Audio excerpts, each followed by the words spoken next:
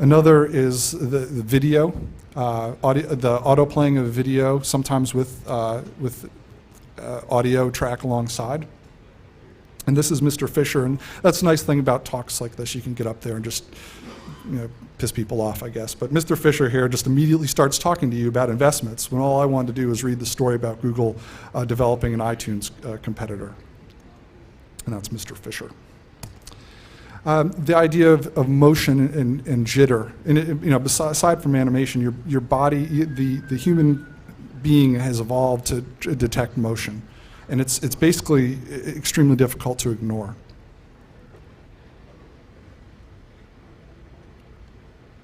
Oh, let's get rid of her.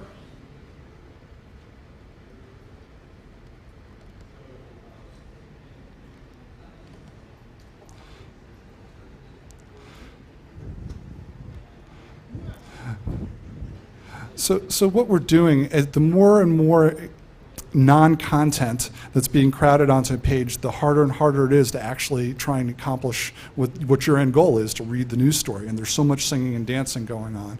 And that percentage, sadly, of content to non-content is declining.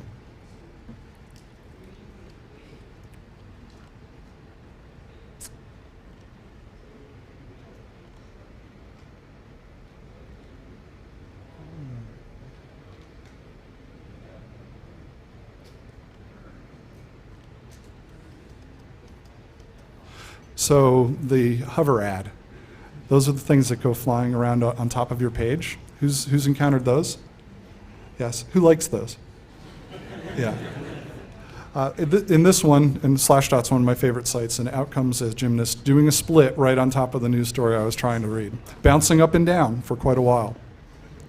In another, I was trying to get the weather from a news site, and out comes a person walking into the middle of my screen. The person's about this big on my screen, trying to sell me a Toyota Highlander, talking to me, and it's incredibly annoying. But again, this is moving up that spectrum of evil.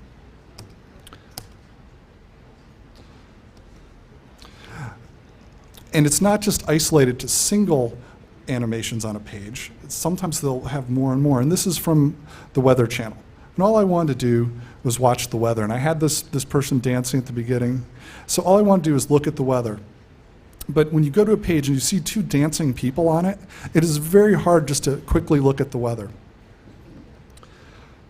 But then, and I think part of this is over time as people, if you visit this site a lot, I have a friend who checks the weather a lot for whatever reason.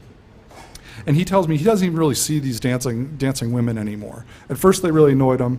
Now he knows where to look.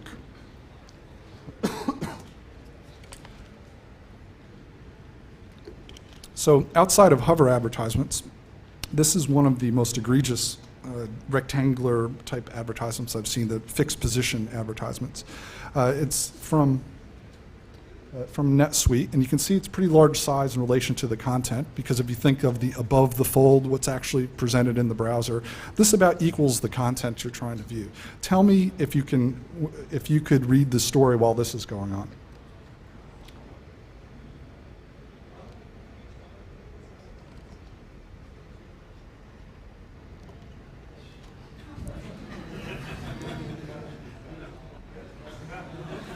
Anyone?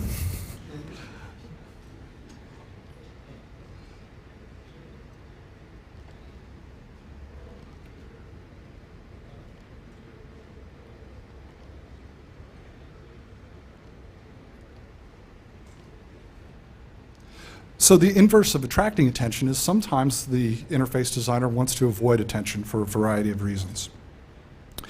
So one approach, this is the Google approach, is to make the advertisements arguably subtle. I mean, compared to the spinning head, this is subtle.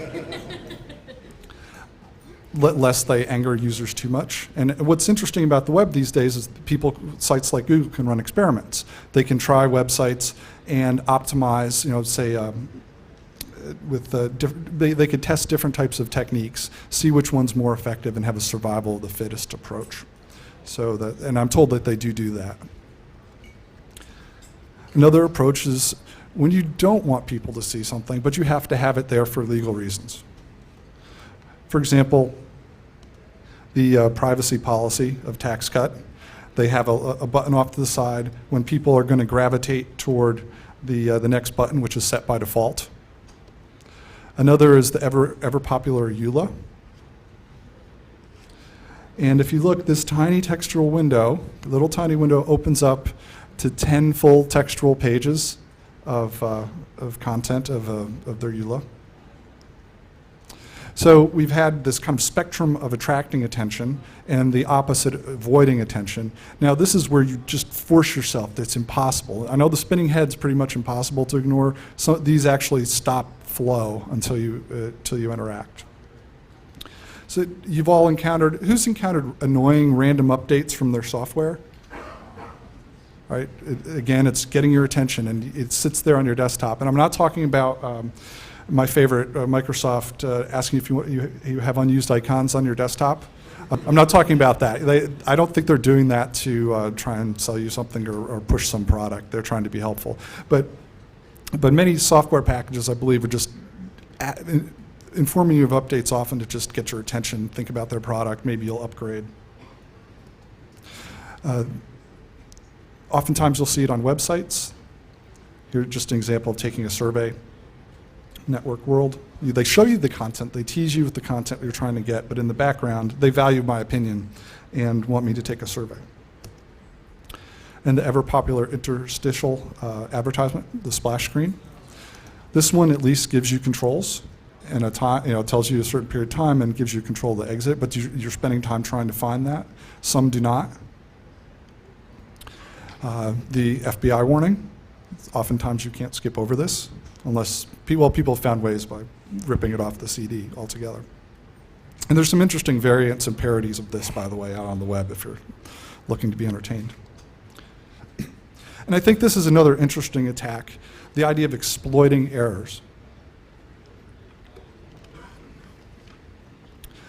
So we make mistakes. Good interfaces are supposed to help us avoid errors or easily recover from errors. What people do, evil interface designers, they find out what mistakes are likely and then use that to their advantage. So here's an example from Yahoo Movies. What would you like to have happen when you type in mistype a movie name? Would you like to see a list of movies with a similar name?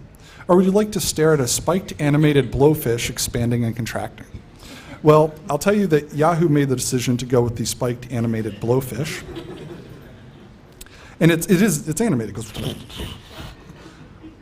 And in contrast, though, to, say, a Google approach in this example, I was searching for Gattaca, I spelled it wrong, and it immediately brought me, one told me the correct spelling, and it was able to find the right link regardless. Another is the idea of exploiting capture errors. So for people of you who are into usability, it's interesting to go to just known error types. There's lists and usability texts of types of errors.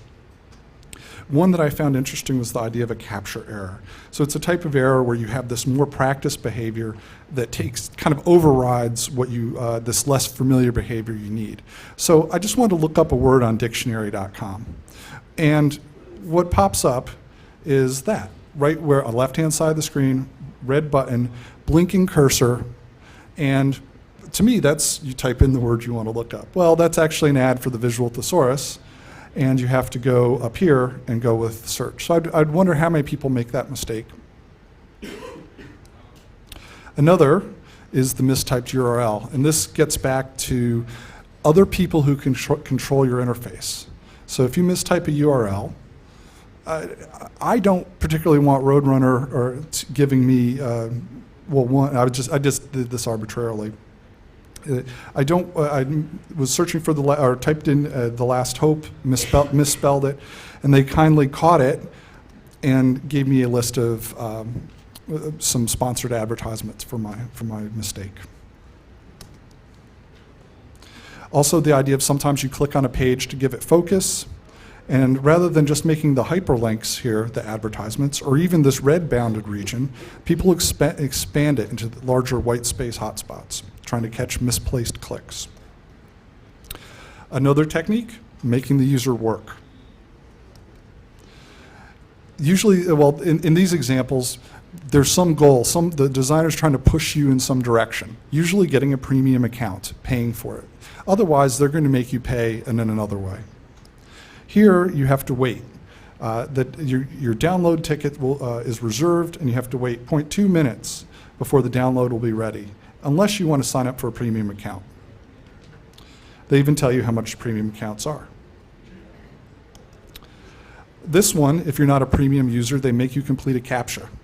And this is pretty much one of the hardest CAPTCHAs are these are basically designed to make people work, determine humans are humans and not computers. In this one, you have to tell cats from dogs. So quickly, who can tell me the 4 letters that have the dog? I'm sorry, the cat. The 4 letters that have the cat.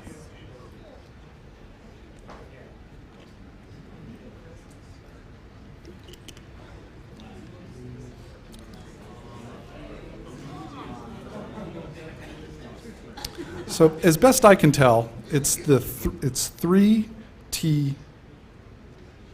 3TGW. But that's work, and that's a pain in the ass, actually. And you do that enough to people, they're not going to, they may consider getting a premium account. Another is the time-honored leave trash around. And this kind of relates back to doing work. This is just a tiny example of some of the egregious things we've all encountered in the past.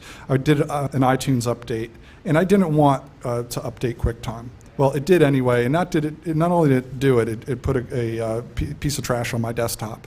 If you've opened Wired magazine, or any magazine, but Wired tends to have a lot of blown-in subscription cards and they fall over the floor, that's getting users' attention and leaving trash around. You probably have seen it in different software packages that install extra things, or operating systems. I remember Windows 98, holy crap, there's just stuff everywhere and you have to spend days trying to disentangle it. And if you go to interface design literature, they tell you, set intelligent defaults, figure out what the users are going to want to do. In this one, I'm not sure what their intent was, but I think it illustrates the problem. That you've all seen it when you go to sign up, like it automatically checks, yes, I'd like to sign up for your mailing list to provide me more information about your products and services. But the idea here is setting unintelligent defaults is a common technique. In this one, I just wanted to deal with RAR files with this software. There's a select all button, and this goes down to another technique. They just don't provide functionality that you might want in that adversarial relationship. There's no unselect all button. So you have to manually uncheck each one, and they make it hard, make it work. Deception. Has everyone encountered fake hyperlinks? Okay. This one, at least, they chose to use green, so you know something is odd about them. Fake forms, another popular technique. And this one is on a Bankrate website, and it actually looks like it's Bankrate Select. It looks like the form you're supposed to fill in to get some information, but it's actually a banner ad. The bait and switch. When you see a thumbnail on a web page and you click on it, what's supposed to happen? Large. You should see a large picture. Well, here's the thumbnail. It actually takes you to your register page. So that's another common, not getting on Google, but just it's a common technique. There's some piece of content, they put a little snippet of it out there in front of you and then say, whoa, bait and switch, here, register for our service. Anyone use Experts Exchange? Okay. Yeah, I used to, and you'd search, it was the first hit, many programming problems, you could find great solutions to it. Well now, and they've decided not only to make it a service you have to pay for, but now they have the problem and pseudo solutions underneath. So the answers, the responses look just like you see up there, but if you actually read it, it's not the solution. So this is just some random point in time they changed from one model to the other. Yes? Really, beyond all of these? 75% of the well, good to know. I never got that far, okay? And I noticed that their rankings in Google and the like are dropping, and other sites are coming up. That's good to know, though. Well, of course, they don't want you to know that. They want you to pay. Exactly what you're getting at is they don't want you to know the answers to that. They want you to pay for it. Yeah, because once it gets out, then people will bypass it. And they might have done that just for search engine, like optimization techniques or something